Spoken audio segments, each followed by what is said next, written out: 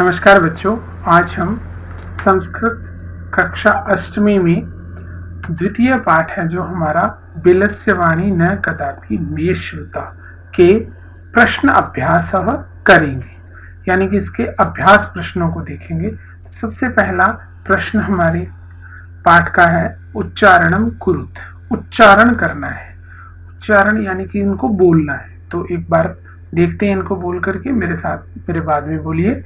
कस्मिंश्चित् विचिन्त्य साद्विदं क्षुधार्तः एतत् श्रुत्वा भयसंत्रस्तमनसां सिंहपदपद्धतिः समावाहनं प्रतिध्वनिः। तो ये इनका उच्चारण है, लेकिन इसको हमने ऐसे लिखना भी है। तो उच्चारण तो कर लिया, लिखेंगे कैसे? तो चाहे आपने पहले से ये लिख लिया हो, इसको चाहे आप पाठ के लास्ट में लिख लीजिए, लेकिन इसको प्रश्न को हम उच्चारणम कुरुत के स्थान पर क्या करेंगे? वर्ण विच्छेदम कुरुत। याद होगा 7th क्लास में भी हमने ऐसे किया था। तो वर्ण विच्छेद, जैसे पहला शब्द देखते हैं कस्मिंश्चित्, ये किन किन वर्णों से मिलकर बना है, ताकि इनका उच्चारण हम ठीक से कर पाए। जैसे क, अ, स, म, ई के ऊपर अनुस्वार है, बिंदु है, नाक से बोलना है। श, च, ई, त, कस्मिंश्चित्, है ना। तो यानी कि स्वर और व्यंजनों को अलग अलग करना है और उसी क्रम में करना है जिस क्रम में वो शब्द में प्रयुक्त हुए हैं। जैसे विचिन्त्य, अगला शब्द है व, ई, च, ई, न, त, य, अ। अब देखो व के बाद ई की मात्रा, उसमें च में ई की मात्रा। ये नहीं देखना कि छोटी मात्रा तो पहले आई है तो ई पहले आएगा, ई पहले नहीं आता। बोल के देखेंगे क्या बोल रहा है। विचिन्त्य, विचिन्त्य, व, ई, च, ई, न, त, य, अ। इसी तरह से बाकी जितने शब्द हैं उन सब का भी आपने वर्ण विच्छेद करके लिखना है और बताना है, कोई मुश्किल आई तो। अब दूसरा प्रश्न देखते हैं, एक पदेन उत्तर। एक पदेन उत्तर हमने पाठ के अंदर से ढूंढने होते हैं प्रश्नों के उत्तर। तो पहला प्रश्न है सिंहस्य नाम किम, याद होगा आपको। तो पाठ के शुरू में ये वाला पैराग्राफ पढ़िए। कस्मिंश्चित् वने खर नखर नाम सिंह प्रतिवस्ति स्म। यही आ गया है, नाम उसका क्या है? खर नखर। तो एक पद में उत्तर है तो इसका क्या लिखेंगे? खर नखर। अब आपने ये जो पाठ वाला अभी 2 लाइनें यहाँ जो आई थी, ये आपने उत्तर में नहीं लिखना। उत्तर में सिर्फ व्हाइट में जो आपको उत्तर शब्द के बाद दिख रहा है खर नखर, वही लिखना। आगे भी इसी तरह से ध्यान रखना है। ख, गुहायाः स्वामी कः आसीत्। अब इस प्रश्न को उत्तर ढूंढने के लिए हम इस पैराग्राफ में यहाँ देखेंगे, इस कथा में एतस्मिन् अनन्तरे गुहायाः स्वामी दधिपुच्छ नाम शृगालः समागच्छत् स च यावत् पश्यति, ऐसा पैराग्राफ में है।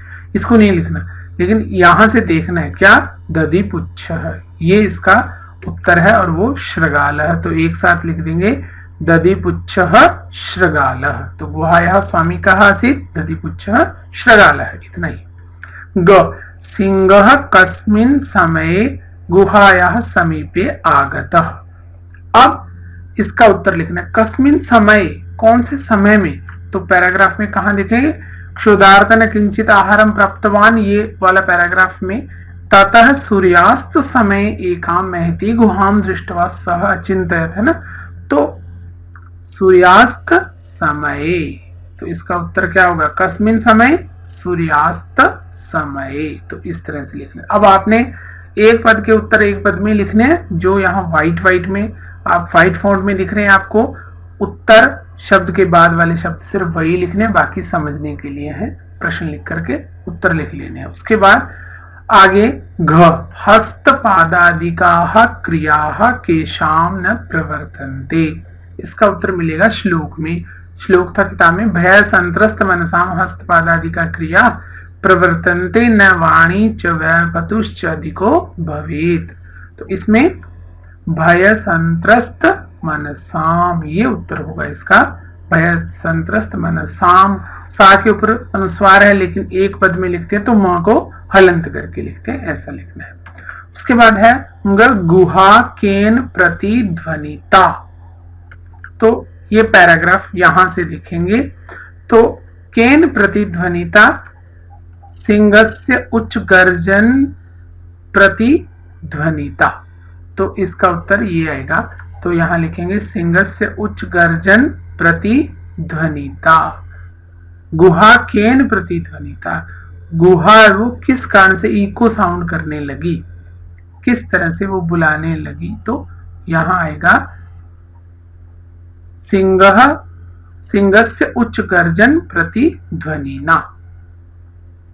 उसके बाद है पूर्ण वाक्य उत्तर। तो पूरे वाक्य में उत्तर लिखना, क खर नखरः कुत्र प्रतिवसति स्म, कस्मिंश्चित् वने खर नखरः नाम सिंह प्रतिवसति स्म, हमने ये पढ़ा था। तो अब इससे उत्तर बनाएंगे। कुत्र, कुत्र का मतलब कहां, तो कहां का उत्तर क्या आएगा, कस्मिंश्चित् वने। बाकी हम उस प्रश्न का उत्तर बनाएंगे खर नखरः, कस्मिंश्चित् के स्थान, कुत्र के स्थान पे लिखेंगे कस्मिंश्चित् वने प्रतिवसति स्म, ऐसा पूर्ण वाक्य में उत्तर लिखेंगे। महतीं गुहां दृष्ट्वा सिंह किम अचिंतयत, शेर ने क्या सोचा, किम अचिंतयत, तो इसका उत्तर हमें इस पैराग्राफ में मिलेगा। तो जो उसने सोचा वो यहाँ है, देखो अचिंत्यत, उसने जो सोचा, नूनम इत्यस्याम गुहायाम रात्रौ कोऽपि जीवः गच्छति अतः निगूढ़ो अत्रैव निगूढ़ो भूत्वा तिष्ठामि थी। तो इसका उत्तर कैसे बनाएंगे, महती गुहाम दृष्ट्वा सिंह अचिंत्यत, ये प्रश्न से बनाएंगे। और जो उसने बोला है नूनम से लेकर के और तिष्ठामि थी तक पूरा लिख लेंगे। तो उत्तर बनेगा महती गुहाम दृष्ट्वा सिंह अचिंतयत नूनम एतस्याम गुहायाम रात्रौ कोऽपि जीवः आगच्छति अतः अत्रैव निगूढ़ो भूत्वा तिष्ठामि इति। उसके बाद ग श्रगालः किम अचिंतयत, तो ये कथा के अंदर ये वाला पैराग्राफ है, उसमें देखते हैं श्रगाल अचिंत्यत अहो विनष्टो अस्मि नूनम अस्मिन् विले सिंह अस्ति इति तर्कयामि तत्किम करवाणि, तो इसी को भी उत्तर बनाएंगे। तो श्रगालः किम अचिंत्यत, किम को हटा के लिखेंगे अचिंत्यत प्रश्न से। बाकी अहो विनष्टो अस्मि नूनम अस्मिन् विले सिंह अस्ति इति तर्कयामि तत्किम करवाणि भी आगे जोड़ सकते हैं, वो भी लिख लीजिएगा। उसके बाद है श्रगालः कुत्र पलायितः। अब ये लास्ट में देखो, श्रगालो अपि ततः दूरम पलायमानः, तो इसका उत्तर क्या होगा, ततः मतलब वहां से, अब कहां से, गुफा से, तो गुफा से के लिए क्या शब्द लिखेंगे, गुहातः, तो उत्तर बनेगा श्रगालः गुहातः दूरम पलायितः।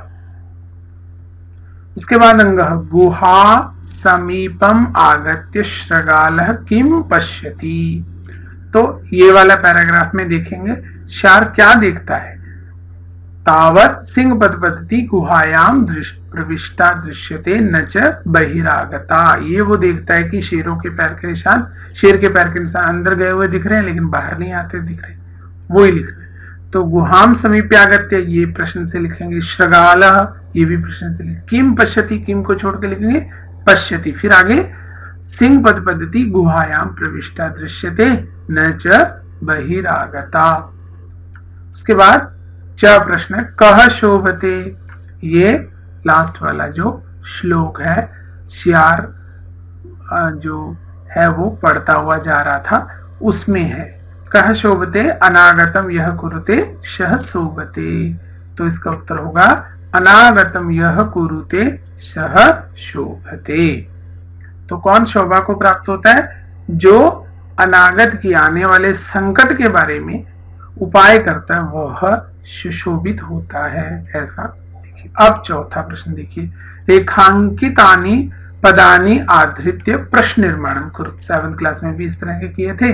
अब देखते हैं क क्या है, क्षुधार्तः सिंह कुत्रापि आहारम न प्राप्तवान। अब इसमें रेखांकित पद कौन सा है, क्षुधार्तः। अब क्षुधार्तः के स्थान पर प्रश्न बनाएंगे तो क्या लिखेंगे, कीदृशः, बाकी प्रश्न का हिस्सा ही है, सिंह कुत्रापि आहारम न प्राप्तवान, अंत में प्रश्न चिन्ह। यहाँ किताब में गलती है, प्रश्न चिन्ह क वाले वाक्य में लगा हुआ है, अंत में वहां प्रश्न चिन्ह हटाना है और उसके स्थान पर पूर्ण विराम ही लगाना है, प्रश्न चिन्ह नहीं लगाएंगे वहां पर, क्योंकि वो तो प्रश्न नहीं है, प्रश्न तो हम बना रहे हैं, ये जो अभी बन रहा है देखो ये वाला, तो इसके अंत में प्रश्न चिन्ह लगाना है। उसके बाद ख वाक्य देखो, दधिपुच्छनाम शृगालः गुहायाः स्वामी आसीत्। इसमें रेखांकित पद है दधिपुच्छः, इसके स्थान पर लिखेंगे कह। कह नाम शृगालः गुहायाः स्वामी आसीत्। प्रश्न चिन्ह। ग, एषा गुहा स्वामिनः सदा आह्वानं करोति। इसमें प्रश्न बनाना है किससे? रेखांकित पद है स्वामिनः, तो स्वामिनः के स्थान पर लिखेंगे एषा गुहा कस्य, कस्य लिखेंगे, तो एषा गुहा वही प्रश्न से वाक्य से लिखेंगे एषा गुहा कस्य सदा समा आह्वानं करोति। घ, भय संत्रस्त मनसाम हस्तपादादिकाः क्रियाः न प्रवर्तन्ते।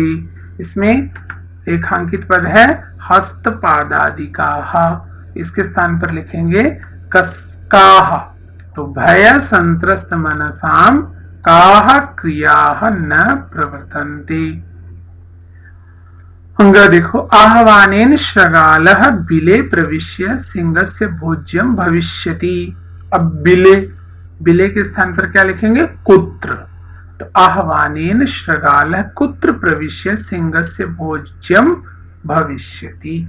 तो प्रश्न इस तरह से बना के लिखनी है।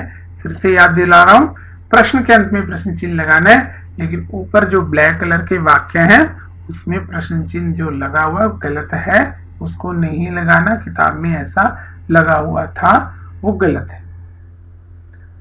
अब पंचम प्रश्न, घटनाक्रमानुसारम वाक्यानि लिखत। घटनाक्रम के अनुसार, तो क वाक्य क्या है? गुहाया स्वामी दधिपुच्छनाम शृगालः समागच्छत्। ख, सिंहः एकां महतीं गुहाम् अपश्यत्। ग, परिभ्रमन् सिंहः क्षुधार्तो जातः। घ, दूरस्थः शृगालः रवं कर्तुम् आरब्धः। अंग, सिंहः शृगालस्य आह्वानम् अकरोत्। च, दूरं पलायमानः शृगालः श्लोकम् अपठत्। और छ, गुहायां कोऽपि अस्ति इति शृगालस्य विचारः। ये हमारा प्रश्न है। तो इनमें घटनाक्रम में सबसे पहली घटना कौन सी होती है? तो यही उत्तर के रूप में लिखना है, यानी कि पहला वाक्य इनमें से कौन सा होगा? तो पहला वाक्य होगा ग, परिभ्रमण सिंह क्षुधार्तो जाता। सबसे पहले ये घटना हुई। उसके बाद दूसरा वाक्य इनमें से क्या आएगा? ख, सिंह एकाम महती गुहाम अपश्यत। तो पहले शेर भूखा है, उसके बाद वो एक गुफा को देखता है। उसके बाद क्या होता है? तीसरा क, गुहाया स्वामी दधिपुच्छ नाम शृगालः समागच्छत्। तो वो दधिपुच्छ आता है। तीसरी घटना ये होती है। चौथी क्या घटना होती है? छ, गुहायाम कोऽपि अस्ति इति शृगालस्य विचारः। तो सियार सोचता है कि इसमें कोई है। उसके बाद पांचवा वाक्य कौन सा बनेगा? घ, दूरस्थ शृगालः रवं कर्तुम् आरब्धः। दूर स्थित शियार है वो आवाज करना शुरू कर देता है। उसके बाद छठा वाक्य क्या बनेगा? अंग, सिंह शृगालस्य आह्वानम अकरोत्। शेर है वो शियार का आह्वान करता है, बुलाता है उसको। और अंतिम वाक्य क्या है? च, दूरम पलायमानः शृगालः श्लोकम पठत्। इस तरह से हमने इन वाक्यों को क्रम देना है, 1 2 3 4 5 6 और 7। और जब लिखें तो जो वाक्य का नंबर है, यानी कि जो प्रश्न में दिया हुआ क ख ग, वो लिख करके फिर ही आपने अपने उत्तर को लिखना है। इसका ध्यान रखना है। अब उसके बाद है छठा प्रश्न, यथा निर्देशम उत्तरत। ये हमारे लिए नए तरह के प्रश्न हैं, लेकिन किताब में नए तरह के प्रश्न हैं। हमने परीक्षा में देखा है जब भी पैराग्राफ आता है तो उसमें 3 तरह के प्रश्न आते हैं। याद है कौन कौन से? एक पदेन उत्तरत, दूसरा आता है पूर्ण वाक्यन उत्तरत, और तीसरा आता है यथा निर्देशम उत्तरत, है ना? ये वही प्रश्न है। यथा निर्देशम ज्यादातर व्याकरण पर आधारित प्रश्न होते हैं, तो ध्यान से देखना है कि प्रश्नों को ये नहीं देखना कि इतना बड़ा प्रश्न फिर इसका उत्तर हम पाठ के अंदर से या पैराग्राफ में से नहीं ढूंढेंगे, बल्कि यही इसका उत्तर होगा। देखो, एकाम महतीम गुहाम दृष्ट्वा सह अचिंतयत्। अस्मिन् वाक्ये कति विशेषण पदानि संख्यया सह पदानि अपि लिखत। अब इसको समझो, वाक्य दिया हुआ है कौन सा? एकाम महतीम गुहाम दृष्टवा सह चिंतित। तो इस वाक्य, ये वाक्य हमारे पाठ का वाक्य। अब इस वाक्य को देकर के आपको से पूछा गया अस्मिन वाक्य कति विशेषण पदानि, मतलब कितने विशेषण पद है। कति, कति मतलब कितने, तो कितने विशेषण पद ये हमने ऊपर वाले वाक्य में देखने। एकाम महतीम गुहा, एक बड़ी गुफा, तो गुफा का विशेषण दो हो गए, एक द्वे, दो हो गए तो द्वे संख्या लिख दी हमने दो, और पहला क्या है एकाम और दूसरा है महतीम, ये दोनों ही क्या है विशेषण है किसके, गुहा के। तो क्योंकि गुहा होता तो एका महती, लेकिन गुहाम है द्वितीय व्यक्ति है तो एकाम महतीम, विशेषण में विशेष्य के समान ही विभक्ति होती है। तो यही इसका उत्तर है। उसके बाद ख, तद अहम अस्य आह्वानम करोमि, ये वाक्य है।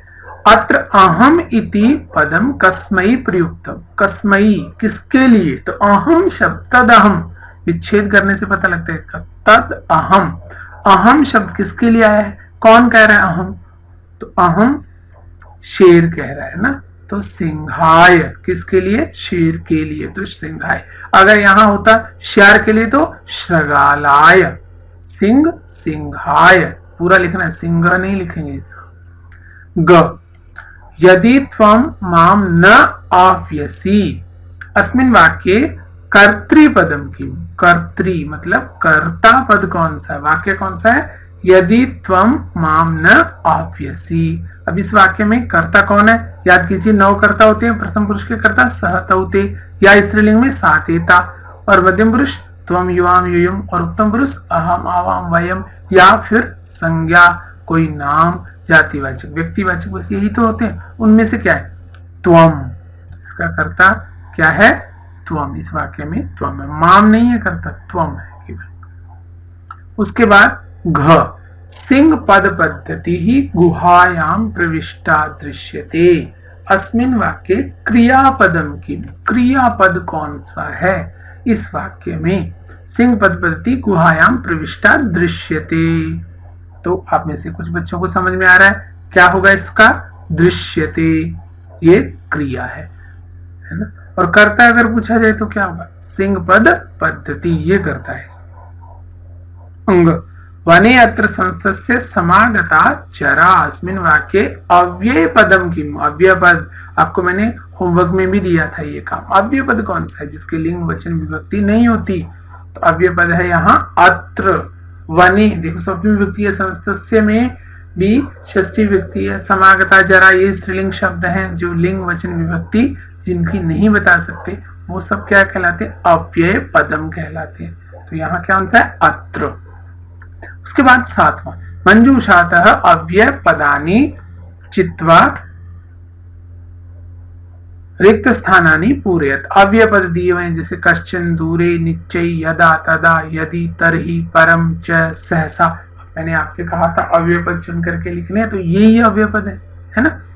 अब यहां देखना है, यहां एक तो जो ये पाठ ये प्रश्न है इसमें कुछ गलती है, एक तो गलती ये है। अब आप देखेंगे सारे ही जो अव्यय ये मंजूषा दी है ना, इसमें सीक्वेंस से ही उत्तर आएंगे, यानी कि वो आगे पीछे नहीं दिए हुए, पहले रिक्त स्थान में पहला ही शब्द आएगा। एक तो इसमें ये गलती है। दूसरा, एक बीच में जहां पर फिल के लिए जगह होनी चाहिए थी वहां जगह नहीं है। आप इनको काउंट करके देख सकते हैं अभी फिलिंग के लिए कितनी जगह बनी है। देखो पहली लाइन में 2 है, दूसरी लाइन में 2, 4, तीसरी लाइन में 5, चौथी लाइन में फिर 2 है, 6, 7, 8 और 9, जबकि ये 2, 4, 6, 8 और 10 हैं। ये मंजूषा में तो दी और यहाँ 9 ही है, तो एक बीच में आएगा, ध्यान रखना उसका। अब देखो, एकस्मिन् वने व्याधः जालम विस्तीर्य, वने कश्चन व्याधः जालम विस्तीर्य दूरे स्थितः। तो यहां मैंने आपको पहले ही बताया था कि ये गलती है। इस तरह से कभी भी प्रश्न नहीं होता कि सारे सीक्वेंस ही हो, है ना, आगे पीछे होने चाहिए। लेकिन याद रखना है, वने कश्चन व्याधः जालम विस्तीर्य दूरे स्थित है। तो एक जंगल में किसी शिकारी ने जाल फैला के दूर खड़ा हो गया। क्रमशः आकाशात् सपरिवार कपोतराजः निश्चयी आगतः। तो कपोतराज कबूतरों का राजा है, वो नीचे आया परिवार के साथ, नीचे उतरा। कपोताः तंडुलान अपश्यन्, यदा कपोताः तंडुलान अपश्यन् तदा तेषाम लोभो जाता है। अब यदा और तदा है ना, ये तो एक साथ ही आते हैं। एक वाक्य के शुरू में यदा आएगा तो बीच में तदा आएगा। तो यदा जब कपोताः तंडुलान अपश्यन्, जब कबूतरों ने तंडुल यानी कि चावलों को देखा, तदा तेषाम लोभ हो जाता है, तब उनको लालच हो गया। परम राजा सहमत नासीत, परंतु राजा सहमत नहीं था। तस्य युक्ति आसीत, उसकी युक्ति थी, उसका कथन क्या था, वने कोपि मनुष्य नास्ति। तो यदि वने कोपि मनुष्य नास्ति, तरही यहां बीच में आएगा, तरही कुतः तंडुला नाम संभव है। तो याद रखिए नास्ति और कुतः के बीच में क्या लिखेंगे, तरही, तरही कुतः तंडुला नाम संभव। अब राज्योपदेशम अस्वीकृत्य, तो परम राज्य उपदेशम अस्वीकृत्य, तो राजा के उपदेश को अस्वीकार करके कपोताः तंडुलान खादितुम प्रवृत्ताः, कबूतर है वो तंडुल खाने के लिए, चावल खाने के लिए लग गए। जाले च निपातिताः, और जाल में फंस गए। अतः उत्तम, इसलिए कहा गया है सहसा विदधीत न क्रियाम, बिना विचारे कोई कार्य नहीं करना चाहिए। ये कहानी आपने पढ़ी हुई है हिंदी में, इंग्लिश में, अब संस्कृत में आपने देख लिया, तो ध्यान से इसको फिल कर लेना। लेकिन याद रखना है कि तरही है वो नास्ति और कुतः के बीच आएगा, बाकी सीक्वेंस से आ रहे हैं, ऐसा कर लीजिएगा। 8वां प्रश्न, योग्यता विस्तार। योग्यता विस्तार है जो यहाँ योग्यता विस्तार में ग्रंथ परिचय बताया गया।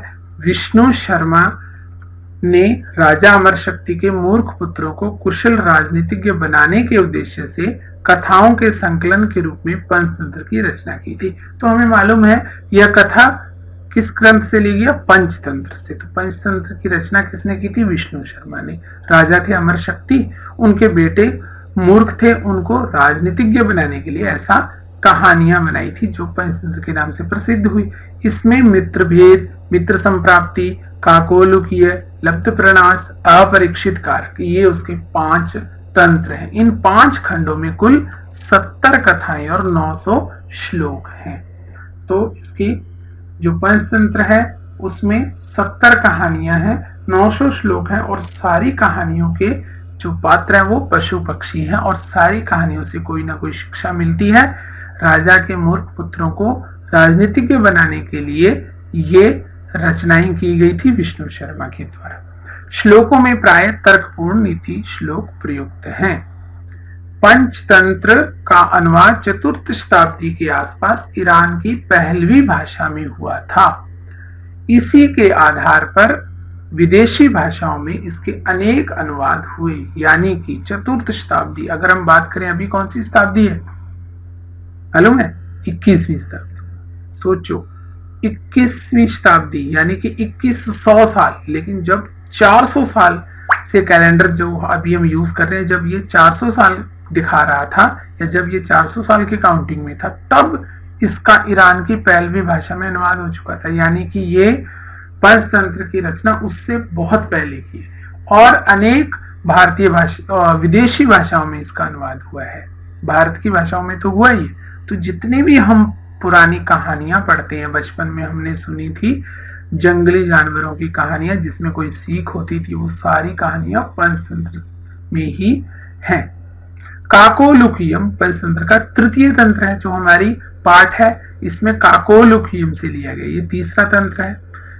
इसका नाम काक और उल्लूक की मुख्य कथा के आधार पर पड़ा, तो इसका नाम है काकोलुकियम, काक और उल्लूक, उल्लूकियम, कौवे और उल्लू की कहानी थी, इसलिए मुख्य कहानी थी इसके अंदर, इसलिए इसका नाम ही काकोलुकियम पड़ा। तो ये कथा ग्रंथ परिचय योग्यता विस्तार को इसको भी लिख लेना ताकि हमें याद रहे पंचतंत्र में कौन उसके लेखक हैं, कितने उसके भाग हैं, कितनी उसकी कहानियां हैं, कितने उसके श्लोक हैं, है ना। तो ये हम क्विज भी करेंगे ना, उसमें ये सब आएंगे।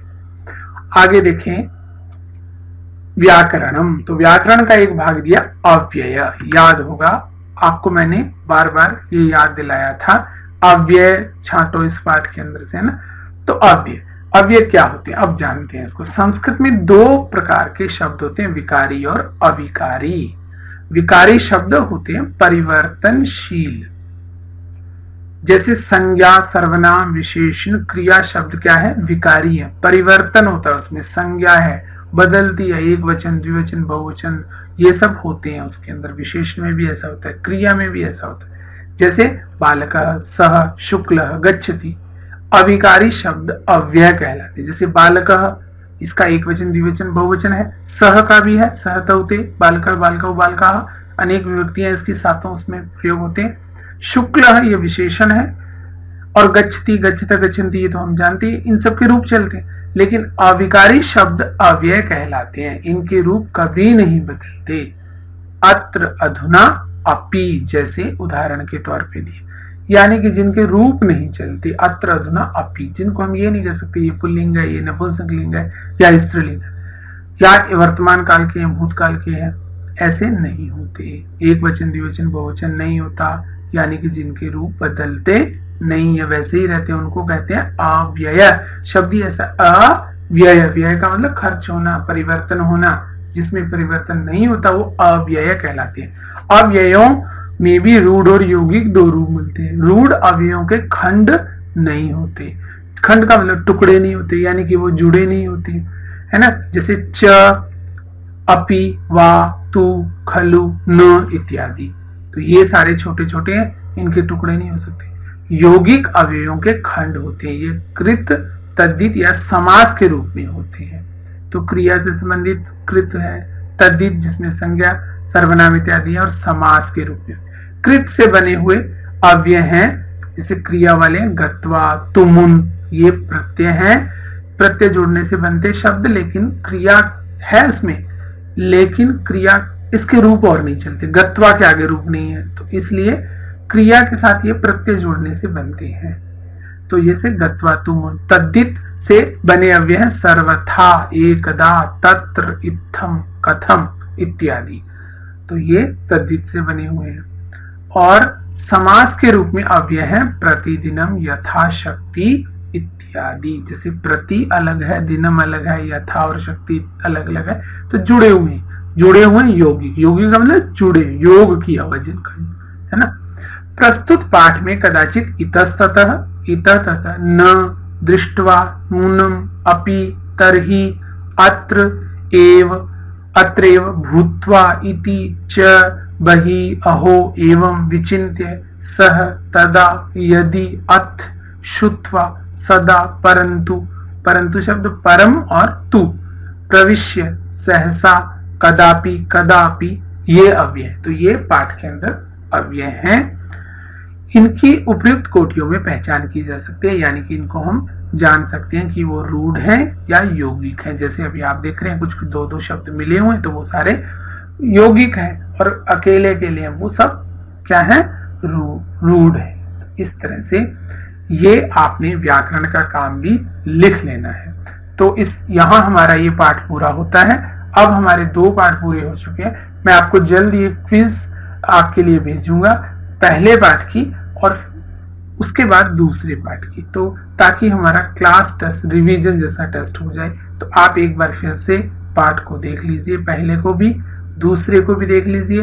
वीडियो आपके पास सुरक्षित है सारे, उनको दोबारा सुन लीजिए। कोई मुश्किल आए तो पूछ लीजिए। यहाँ हमारा दूसरा पाठ पूरा होता है, इसके काम को पूरा कर लीजिए और बता दीजिए मुझे कि मैंने कर लिया। शेयर मत कीजिए, सारे पेजेस शेयर नहीं करने हैं। लास्ट वाला पेज अपने बता दीजिए कि मैसेज डाल दीजिए कल कि यस मैंने, या आज आपको मैसेज डाल दीजिए कि यस मैंने, I have completed Sanskrit homework of chapter 2, इस तरह से। और अपना नाम जरूर लिखना, क्योंकि आप मैसेज देते हैं तो पता ही नहीं चलता कि ये किसने दिया, तो ये मैसेज आपने दे देना है और अपने नाम के साथ। तो अब मिलते हैं अगले पाठ में। तब तक के लिए आप सबका बहुत बहुत